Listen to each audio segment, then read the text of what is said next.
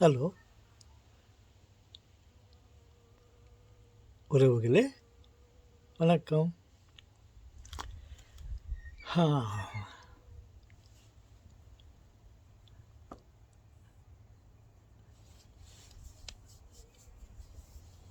ம், பாருங்கள், உலகத்தில் இரண்டு மனிதர்கள் இருக்கிறார்கள். ஒருவர் ஆதி மனிதன், ஆதி அந்தம் எதுவுமே இல்லாத ஒரு மனிதன். ஆதி அந்தம் எதுவுமே இல்லை, ஒரு உருவமும் இல்லை. ஆனால் அவருக்குள்ளே ஒரு உருவம் இருக்கிறது. அது மனித உருவம். ஆனால் அவர் ஆவியாக இருக்கிறார். ஒரு மனிதன். மற்றொரு மனிதன் அந்த ஆவி மனிதனால் படைக்கப்பட்ட ஒரு மனிதன். மற்றொரு மனிதன். இவர்கள் இருவரும் இரண்டு ரோபோக்களை படைத்தார்கள். ஆர்டிஃபிஷியல் உருவங்களை படைத்தார்கள். அந்த ஆதி மனிதன் ஆண்டவன் அந்த ஆர்டிஃபிஷியல் உருவத்திற்கு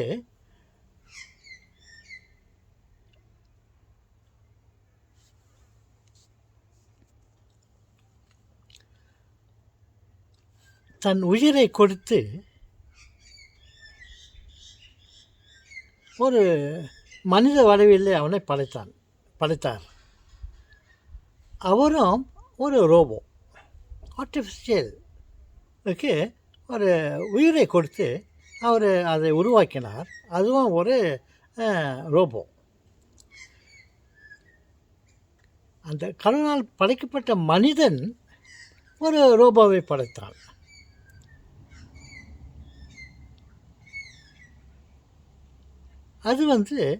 அதுவும் ஆர்டிஃபிஷியல். அந்த ஆர்டிஃபிஷியலுக்கு இவனும்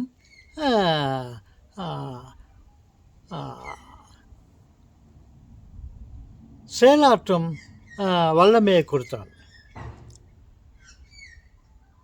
ஓகே, இப்போது அந்த ஆண்டவன், நம்மை படைத்த ஆண்டவனுக்கு அவர் படைத்த ரோபோக்களுக்கு இன விருத்தி, குழந்தை பெறும் பாக்கியத்தை கொடுத்தார்.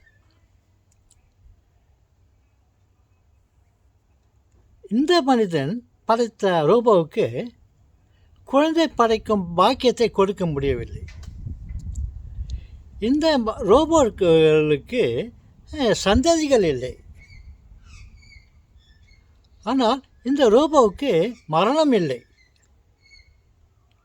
சந்ததிகள் இல்லை. இருக்கிற ரோபோவுக்கு மரணம் இல்லை. அந்த ரோபோ, கடவுள் படைத்த ரோபோவுக்கு சந்ததிகளை உருவாக்கும் வல்லமையை கொடுத்தார். அவர்களுக்கு சாவை கொடுத்து விட்டார்.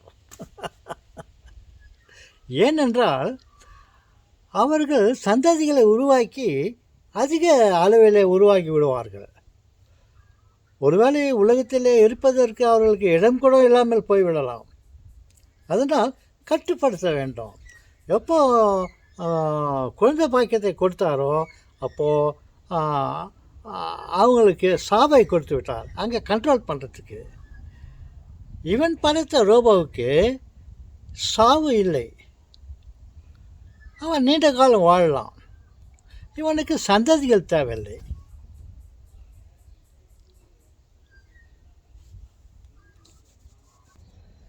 பார்த்தீங்களா? இவன் உருவாக்கிய ரோபோவுக்கு குழந்தை பாக்கியம் இல்லை. ஆண்டவன் படைத்த ரோபோக்களுக்கு, அதாவது நமக்கு, நம்ம தான் அந்த ரோபோ. ஆண்டவர் படைத்த ரோபோ முதல்ல ஒரு பொம்மையாக படைத்தார். அந்த பொம்மைக்கு உயிர் கொடுத்தார்.